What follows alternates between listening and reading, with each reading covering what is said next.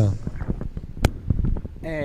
Bom, primeiramente, boa tarde. Eu sou o Guilherme, um dos autores do artigo Encaixar um livro de realidade aumentada para PNE. É um pouco de contextualização. Eu sou lá da Universidade Federal de Itajubá, eu fiz esse artigo junto com a professora Melise, e lá a gente tem um grupo de pesquisa que desenvolve objetos de aprendizado para vários ramos, para química, para física, e um dos ramos que a gente trabalha é na parte de pessoas, de portadores de necessidades educativas especiais, e lá tem um estudo muito forte na parte da realidade aumentada. Bom, primeiramente, só colocar um índice na minha apresentação, explicando os tópicos que eu vou abordar. Primeiro, alguns conceitos que são necessários, tanto de realidade aumentada quanto PNE. PNE talvez seja um termo que esteja mais familiarizado, e a realidade aumentada que talvez conceituar seja melhor. Um pouco de como foi o desenvolvimento desse aplicativo, do Encaixar, como ele foi feito, de onde ele surgiu, os resultados de uma análise que a gente fez em uma escola, uma instituição parceira direto com os portadores de necessidades educativas, e algumas considerações finais.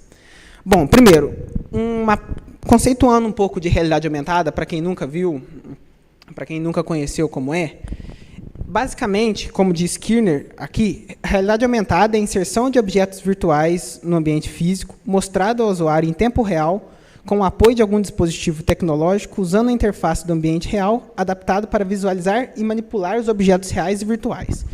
Basicamente, ele sobrepõe a realidade. Você põe a sua webcam apontando para um determinado padrão, e ela vai substituir aquilo. Quando eu mostrar o vídeo da aplicação, vai ficar mais claro o que é isso, porque, por ser uma tecnologia puramente visual, fica difícil explicar conceitualmente. E PNE, no caso, é a pessoa cuja escola não consegue educar, tanto que existem escolas especiais, sem o apoio de algum recurso adicional. No caso, assim, o nosso foco de estudo não eram pessoas com deficiências físicas, né? Embora sejam portadores de necessidades especiais, eram crianças com deficiência cognitiva, eram crianças que foram para a escola porque tinham uma dificuldade muito grande de aprendizado, de um déficit de atenção muito alto. Aí, a realidade aumentada surgiu para a gente como uma ideia até de motivar esses alunos a estudarem. Bom, o trabalho adaptou um pouco a metodologia RUP, que é o processo unificado de desenvolvimento de software. Primeiro, na concepção, nós descobrimos com a instituição parceira qual era o interesse, qual era o problema, identificamos melhor o porquê que elas precisavam de uma ferramenta desse tipo.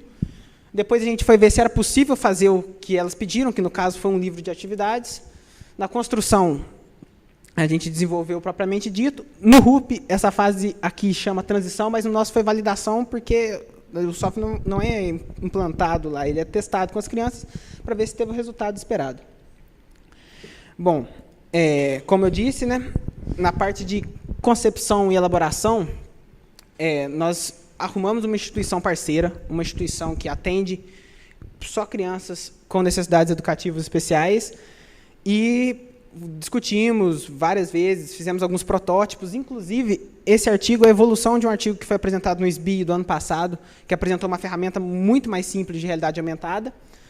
Aí, a partir disso, a gente foi trabalhando com as professoras mais ideias, qual que foi o problema da outra, o que tinha que mudar. E agora, na próxima etapa, que foi a etapa de construção, talvez seja a parte que deu a parte de mais trabalho, porque a gente precisou escolher como a gente iria fazer um aplicativo de realidade aumentada, né, dado a gama de possibilidades que existem. A gente tinha que pegar aqueles requisitos que as professoras passaram para a gente, que elas queriam que os alunos se sentissem motivados, coisa que não aconteceu muito com a aplicação anterior. Queriam que os alunos pudessem interferir em tudo no ambiente virtual, que eles tivessem um feedback do que estava acontecendo por si só, sozinhos, mexendo, sem muita ajuda.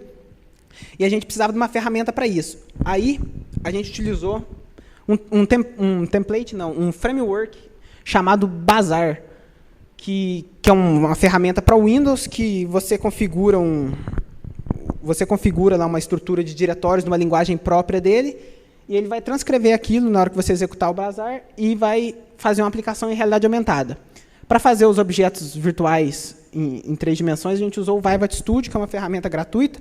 Todas essas ferramentas são gratuitas, inclusive tem o link para o download da ferramenta Bazar.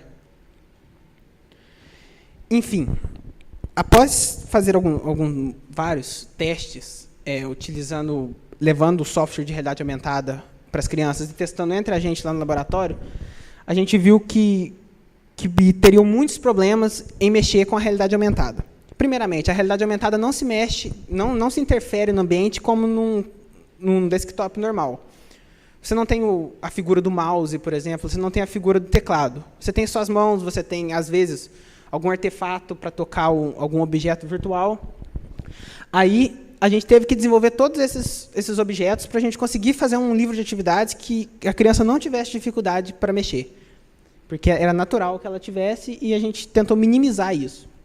Primeiro, um atuador, a gente fez uma superfície fina, como se fosse uma tábuazinha mesmo, que tinha um objeto na frente que podia interferir no ambiente virtual. A base, que era só o marcador mesmo, que falava qual que era a atividade e colocava uma figura para a atividade. Repito que isso vai ficar um pouco mais claro quando vocês verem a aplicação rodando. Um suporte, porque a realidade aumentada ela trabalha com uma câmera, e eu precisava manter essa câmera fixa para a criança mexer normalmente, ver o que está acontecendo, sem perder nenhum aspecto do ambiente. E essa barra limitadora foi um recurso a mais que a gente colocou para a criança não se perder. A gente limitou o raio de ação dela para ela interferir somente no ambiente físico que nós determinamos para ela mexer. E aqui tem um esquema de mais ou menos para mostrar para vocês o que é cada uma dessas coisas. Bom, como eu disse que a realidade aumentada ela troca algum padrão no ambiente por um objeto virtual, esse era o padrão que eu desejava substituir e esse era o padrão que eu desejava substituir. No caso, a tábua fina, no caso aqui, é o atuador. Aqui é a base da página, onde é que vai aparecer as atividades todas, e aqui é a câmera. E aqui tem um suporte para segurar a câmera. Então, eu pegava essa câmera e ligava no notebook, aí ele começava a captar a imagem daqui para baixo. Aí, com isso, a criança ia mexendo, olhando para a tela do notebook e interagindo com a realidade aumentada. As atividades, propriamente, era um livro de atividades, foram definidas em conjunto com as professoras, e a gente pegou mais ou menos do que elas estavam acostumadas a fazer na escola, porque várias metodologias falam que esse público a gente tem que ter um certo cuidado, que a gente não pode colocar coisas que sejam fora da realidade deles, porque eles têm um comportamento um pouco diferente. Então, a gente pegou lá as atividades que as professoras davam normalmente e fomos transcrevendo elas para a realidade aumentada, vamos dando um quê tecnológico para elas. Então, basicamente, ela tinha que completar algumas palavras ou montar algumas palavras inteiras com sílabas ou letras, e ela podia fazer isso. Tinham atividades que ela só encostava o atuador no objeto virtual, e ele, por si só, já preenchia, e tinha atividades que ela tinha que arrastar e encaixar a palavra inteirinha. Daí veio o nome encaixar, porque as primeiras versões que a gente testou eram todas de montar a palavra toda. Bom, esse é o layout real, sem a realidade aumentada, como seria olhando só ele por cima. E aqui está os artefatos que eu já expliquei, o atuador, a base. E isso seria ele substituído pela realidade aumentada. Muito simples, ele substituiu o padrão daqui por essas figuras que eu posicionei, e, no caso aqui, a criança tinha que atingir com essa mão que estava na ponta do atuador, teria que atingir uma dessas 3 alternativas, aí ela recebia um som de parabéns, se ela errava, ela recebia, vamos tentar outra vez. Bom, o que eu estou falando é isso, que tinha um funcionamento, a criança pode fazer a atividade quantas vezes ela quiser, que era uma coisa que foi prevista com as professoras, no critério de autonomia, da interação dela, para ela ter total controle do ambiente. Era uma atividade, se ela errava, ela não passava de atividade, se vocês olharem aqui tem uma setinha, quando ela acertasse a letra A, essa setinha ia aparecer um objeto virtual em cima. Enquanto ela não acertasse pelo menos uma vez, essa atividade não ia ser trocada. E, como eu disse, tem o som de erro. E aqui agora eu vou mostrar um vídeo rapidamente e vou explicando por cima. Esse vídeo a gente tirou algumas atividades para o vídeo ficar mais curto, mas todas seguem exatamente a mesma linha. Seria bom. Onde é que está o cabo aqui?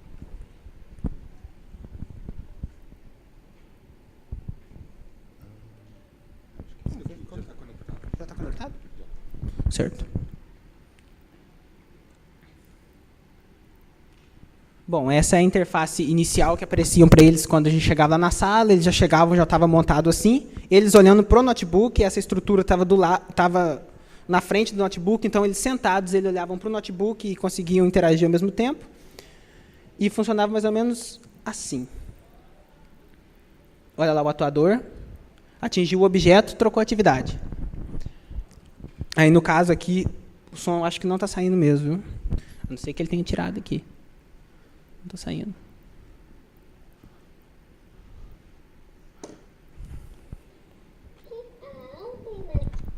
Acho que dá para colocar o microfone. Está saindo mesmo não. Eu posso colocar o microfone aqui. Bom, não sei se está dando para escutar alguma coisa, eu vou colocar o microfone aqui perto. Marque a alternativa correta. Parabéns!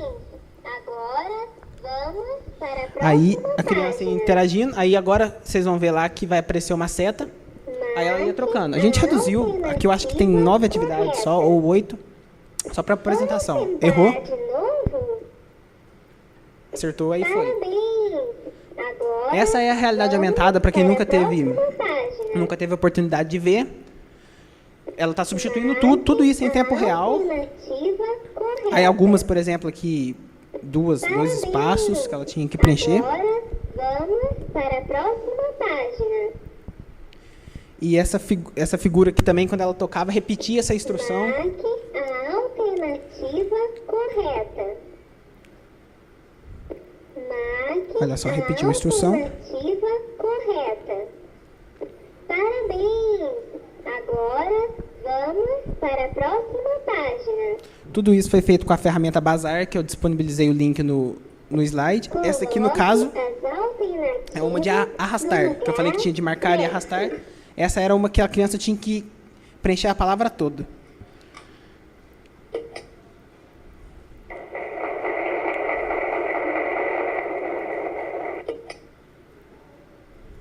Em qualquer ordem que ela preencher, tanto que eu quis mostrar isso, de qualquer maneira que ela estiver preenchendo essa palavra, ele vai aceitar. Que isso que funciona basicamente como uma máquina de estados, aí bastou programar a ordem de montagem das palavras. Aí elas voltam para o lugar, se a criança quiser fazer de novo. Se não, ela vai passando. A alternativa correta. Aí aqui eu só queria mostrar que o nível de dificuldade foi subindo um pouco, né? Antes eram só letras, agora foram aumentando para sílabas simples. Para a próxima página. Tem mais 2 atividades, se eu não me engano. Marque a alternativa correta. Agora já tentando provocar algum tipo de confusão para ver se a criança estava raciocinando mesmo, e Vamos para a próxima tivemos sucesso, as página. crianças estavam bem atentas. Coloque Essa foi uma que as crianças erravam. alternativa no lugar certo. E essa era de preencher a palavra toda também.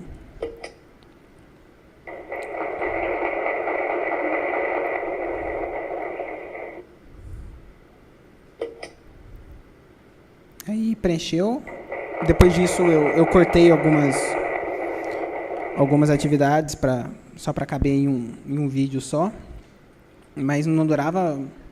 Parabéns! Aí eu pus esse carro virtual. Agora você pode começar outra vez.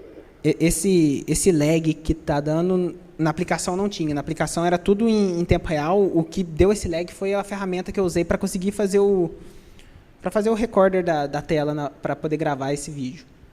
Ele era tudo em tempo real. Você não tinha esses, não ia picando assim não.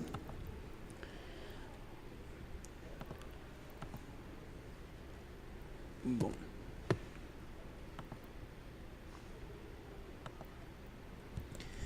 Então, aí chegou a fase de finalmente validação. Depois que a gente construiu essa aplicação, a gente foi na instituição parceira lá, que colaborou com a gente o tempo todo, e eles passaram para a gente, disponibilizaram para a gente 11 alunos para estar fazendo esse teste, 2 por semana, e eram para ser 12, mas infelizmente um teve um problema lá, não pôde ir no dia, e a escola encerrou assim, mais ou menos, não deixaram a gente continuar. Aí, eu chegava lá, a primeira coisa que a gente fazia era levantar um perfil do aluno. A gente fazia isso com entrevista. A gente perguntava para ele qual que era a familiaridade dele com o computador, para, de certo modo, tentar observar se isso influenciava na conclusão dele sobre a interação com a ferramenta. Aí, por 30 minutos, a criança executava todas as atividades do livro, e depois a gente via um questionário para a gente tentar levantar como foi esse momento de interação, se ela faria de novo, se ela gostaria que a aula fosse dada com isso, enfim. Os alunos cursavam todos entre terceira e quarta série do ensino fundamental, tinham a média de idade era de 8 e 12 anos para terceira e quarta, respectivamente. Bom, e um pouco do que a gente concluiu, assim, sobre, só explicando mais o perfil dos alunos, que 70% deles só têm acesso na escola, eles não interagem com o computador fora da escola. E isso é até bom, de certo modo, porque enfatiza como é que a escola é importante na inclusão digital. Que todos os alunos gostam da escola, do laboratório da escola, e que 19 deles preferem que as aulas, inclusive, sejam dadas no laboratório. Um pouco do nível de conhecimento dos alunos, 18% deles já estudaram as letras, 64% já estudaram das letras e as sílabas, e 18% deles já são capazes de formar, inclusive, frases. Bom, quando perguntado para eles no questionário, eles afirmaram que foi muito mais fácil aprender do que utilizar propriamente dito. Alguns tiveram algumas dificuldades com aquelas atividades de encaixar a palavra mesmo. Então, a imagem não ficou muito boa. Mas eles tiveram... Mas, mesmo assim, a diferença foi pequena. Apenas um deles disse que teve uma certa dificuldade. Todos tiveram facilidade de entender, tanto que, mais para frente, a gente concluiu que em 2 atividades, no máximo, eles já estavam realizando tudo sozinho. Então, não foi muito difícil aprender o que eu estava explicando para eles ali, nem muito difícil fazer, propriamente dito. A gente concluiu também que 81% deles gostaram tanto do livro que gostariam que ele fosse utilizado em sala de aula, e eles não tiveram uma preferência muito grande por essas atividades de arrastar, não. Eles tiveram um pouco de dificuldade, até porque eles vinham numa série de atividades de marcar, na hora que chegou nas de arrastar, eles ficaram meio confusos.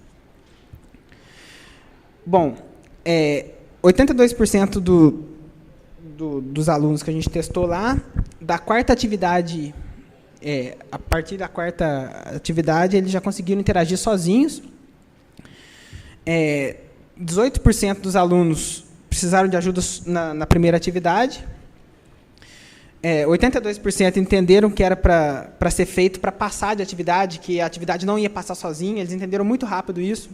Não ficavam esperando acontecer alguma coisa, eles já viam a seta e atingiam.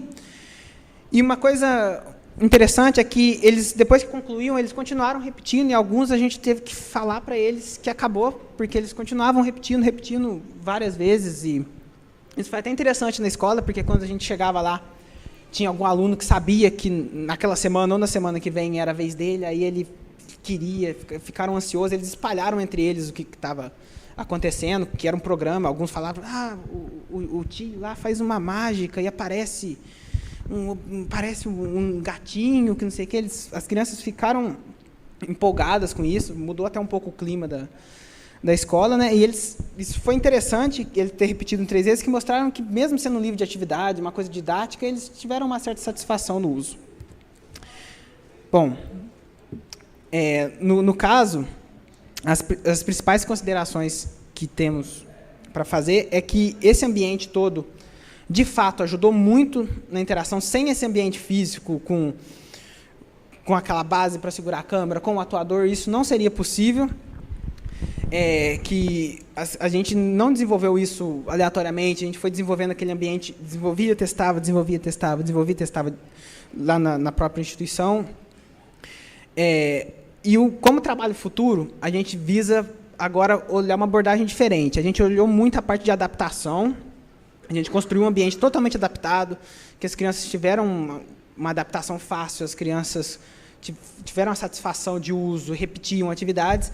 Agora, a partir disso, a gente já sabe que não teve uma rejeição do público, teve até uma aceitação, a gente vai tentar avaliar o aprendizado para as próximas versões dessas aplicações nossas, avaliar o quanto a criança aprendeu com aquilo em relação ao aprendizado normal, com um livro ou com a aula normal.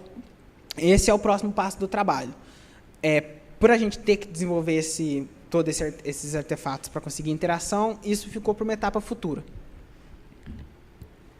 Bom, essas são algumas referências que eu utilizei durante o trabalho. Bom, mais.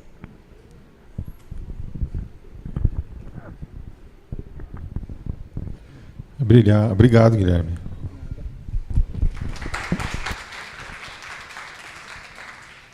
Temos tempo para pergunta. Bastante tempo. Quem gostaria de fazer a pergunta?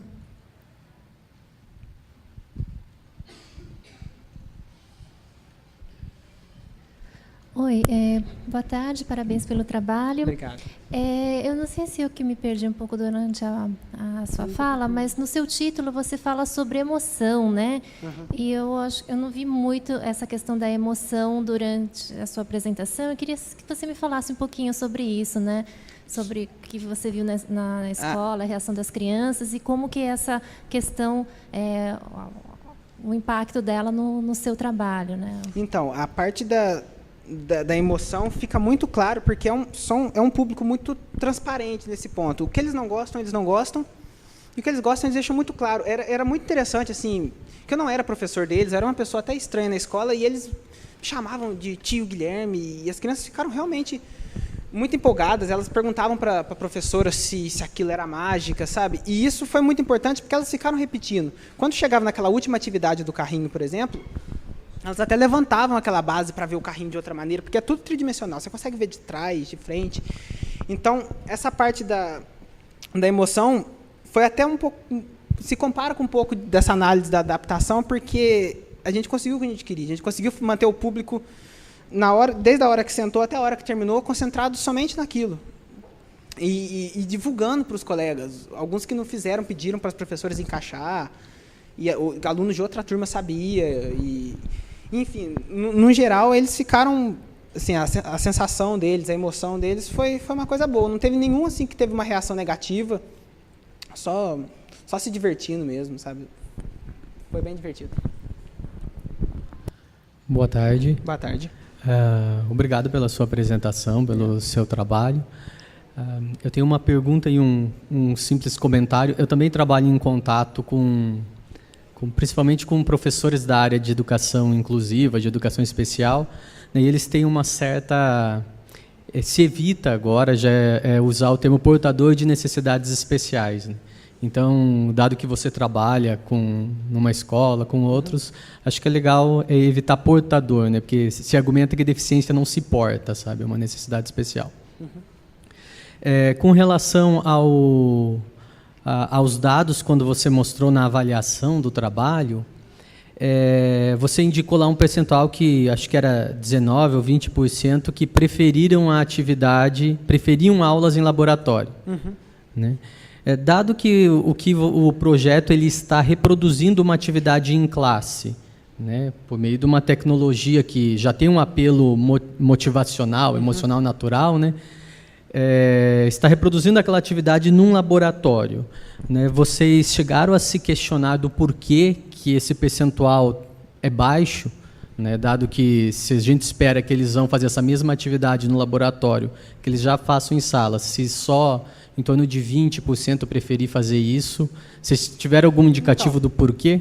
A gente não conseguiu estimar precisamente, mas a gente acreditou, eu acho que inclusive a gente discute isso durante um artigo, que eu acho que é pelo fato deles não terem esse contato em casa. Então, eles têm o contato com o computador só pedagogicamente. Então talvez para eles não terem alguns jogos em casa, assim, eles não, embora eles gostem muito das aulas no laboratório, isso não foi suficiente para aumentar esse índice. Talvez, depois deles interagirem mais um pouco com alguma outra ferramenta, ou interagir direto com essa ferramenta no laboratório da escola, naturalmente, eu acho que aumenta um pouco esse índice. No momento, eu acho que é pelo fato deles não terem muito contato com isso fora da escola. Mais perguntas?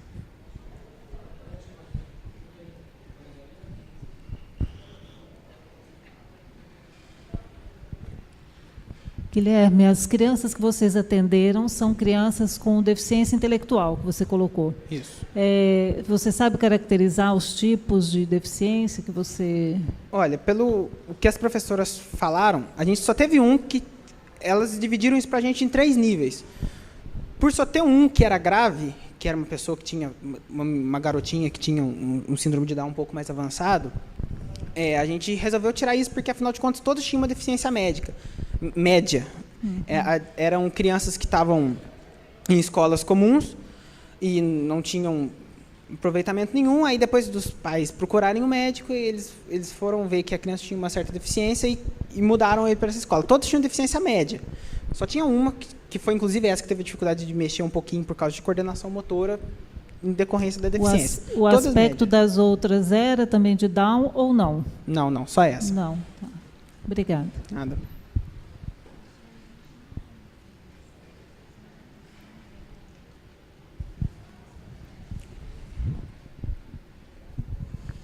Olá. Opa. A respeito da dificuldade com o mecanismo de arrasto. Uhum. Uma ideia seria utilizar 2 marcadores.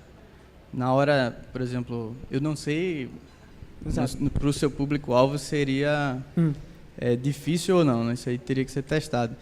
Mas, por exemplo, posicionava, que ele já vem dos experimentos de clique, que seria posicionar em cima, né? Uhum. Que ele já está habituado. E no momento que ele fosse arrastar, ele posicionava um segundo marcador. E aí, agora esse movimento seria um movimento de arrasto. Ah, entendi. Então, ele Talvez. primeiro acionar o que ele quer, né? E depois ele arrastar com algum outro atuador. Que você Trocaria o quis dizer. estado não por tempo, mas por... Talvez, assim... Teria Seria que ser mais ou menos o que você né? propôs. Eu acho que eu entendi. Eu tinha esse atuador, aí eu, por exemplo, marquei a letra... Esse aqui não é uma atividade de arrastar, mas supondo, marquei a letra P. Aí depois eu vim com outro atuador e conduzia ela até o lugar, não é? Eu posiciono e agora eu posso trocar o modo de interação para modo de arrasto. Aí, quando existem 2 marcadores presentes, eu entro no modo de arrastar coisas. Mas isso aí é um tipo de interação que tem que ser testada. Tinha que ser testada. É que a gente tentou deixar até um pouco minimalista no número de recursos para a criança não ter uma certa dificuldade. Legal.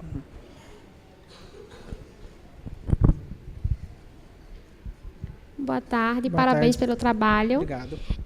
Eu tenho uma dúvida. Você mencionou no começo, eu não sei se eu perdi alguma parte da sua fala, que as porcentagens das crianças que já sabiam ler e escrever. Você fez algum tipo de teste ou foi um teste que o professor já fez? Foi o que a professora me falou, baseado até na série que ele estava.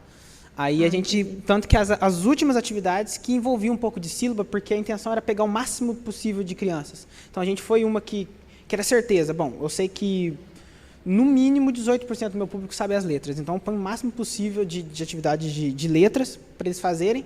Depois que a gente foi complementando, porque se porventura elas não soubessem, e quem me passou esses dados foi a professora, e eu fiz a minha aplicação até baseada nisso. Eu fiz mais atividades simples para o maior número de público.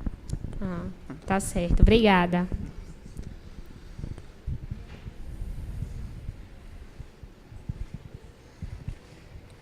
Mais alguma pergunta?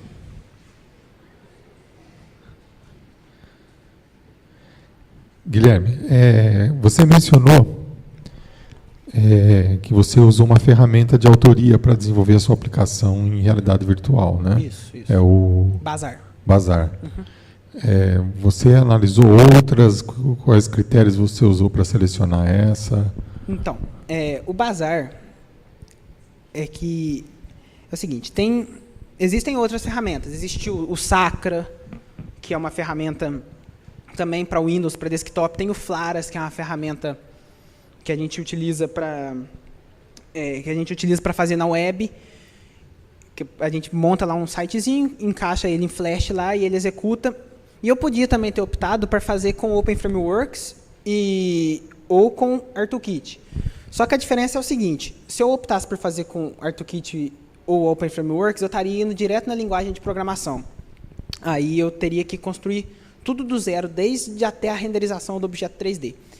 Aí a gente descartou isso, porque eu teria que sair do zero e compensava mais eu utilizar um framework de desenvolvimento. Aí, pensei no Sacra. O Sacra é limitado. A partir do momento que eu fizesse algum movimento lá, a minha aplicação ia entrar em loop, porque eu tenho que programar exatamente todos os passos sequencialmente no Sacra, que foi outra ferramenta que a gente analisou.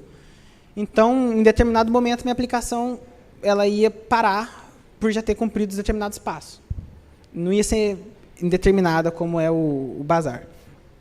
O Flaras ele não tinha nenhum recurso de interação que me fizesse levar essa atividade para o lugar certo.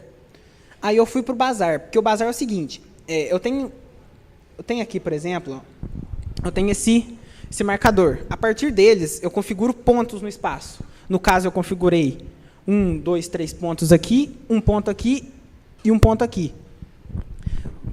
Que eram, respectivamente, eu tinha um ponto aqui para áudio, se esse ponto aqui colidisse com esse emitir o áudio, se esses pontos batessem ali, eu ia descobrir que ponto que era e ia ver se era o que eu queria. Então, ele me permitia programar por ponto. Então, isso ficou muito mais simples. A partir desse ponto, por exemplo, eu estou aqui no estado 1, página com todas as alternativas embaixo e tal. Se eu toquei nessa, aí eu já programei esse ponto para saber que quando esse ponto for tocado na página 1, eu emito o som de erro.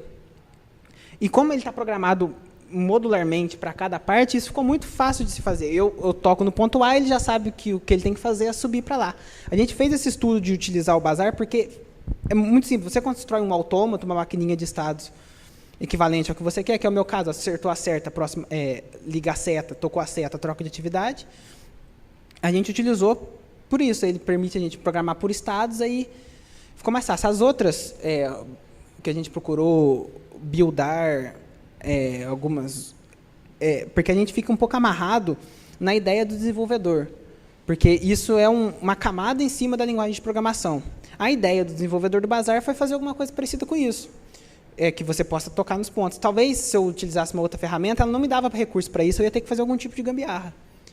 Então, ela já é dotada dessa capacidade de programar por pontos, que foi sensacional para a aplicação, assim, e ela é muito fácil de aprender. Se alguém for entrar na área de realidade aumentada agora e quiser conversar mais do aspecto tecnológico do Bazar, eu pesquisei bastante, a gente dominou um pouco o Bazar, pode ajudar, se precisar. Ok. Obrigado, então, Guilherme. Uma salva de palmas para o Guilherme, então.